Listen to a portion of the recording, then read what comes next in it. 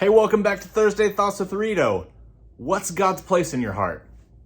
That's the question for today. So I've just been reading through the book of First John. It's John's letter that he writes to the churches in Asia, and it's a beautiful book. It's one of my favorites. It's all about God's love and protecting the truth and wholesome teaching and good doctrine and living in the response to God's love, because it's God's love that then causes us to love God and to love other people. It's one of my favorite books. You should read it if you haven't read it lately. And the very last verse of the book just really struck me.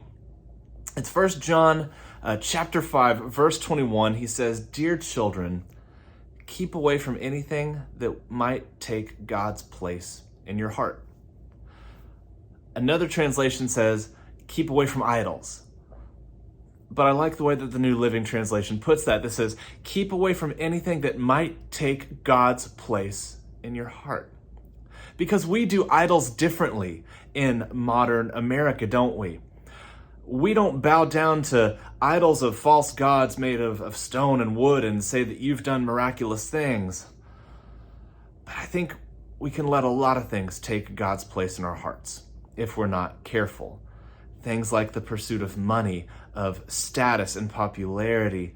I think even things like worry and concern, healthy things, because we care about people, we care about our families, we care about the people that we love, and we worry for them. We worry about our own situations, our own finances, our own interpersonal relationships, stresses at work. Sometimes we can be so driven in our careers or providing for our families, which is a good thing, that we can miss God's place in our hearts. So I don't know what that looks like for you.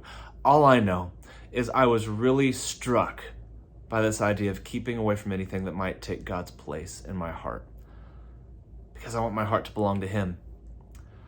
We read when God brings His children out from Egypt, that He's a jealous God, and He's not jealous like we're jealous for a boyfriend or girlfriend. It's a pure and holy jealousy that He wants to be our one and only, our everything, and that everything else in life gets kind of filtered through Him. We don't want to do all the other things in life and pursue all the things we want to do and then just give God a checkbox at the end and, okay, well, I went to church on Sunday, so I'm good. No, we want all of life to be His, to be surrendered, to belong to Him. So I'll ask you again, what's God's place in your heart? And what should it be? Friends, I hope you walk in the light of Jesus, and I hope you'll be the light to the world around you.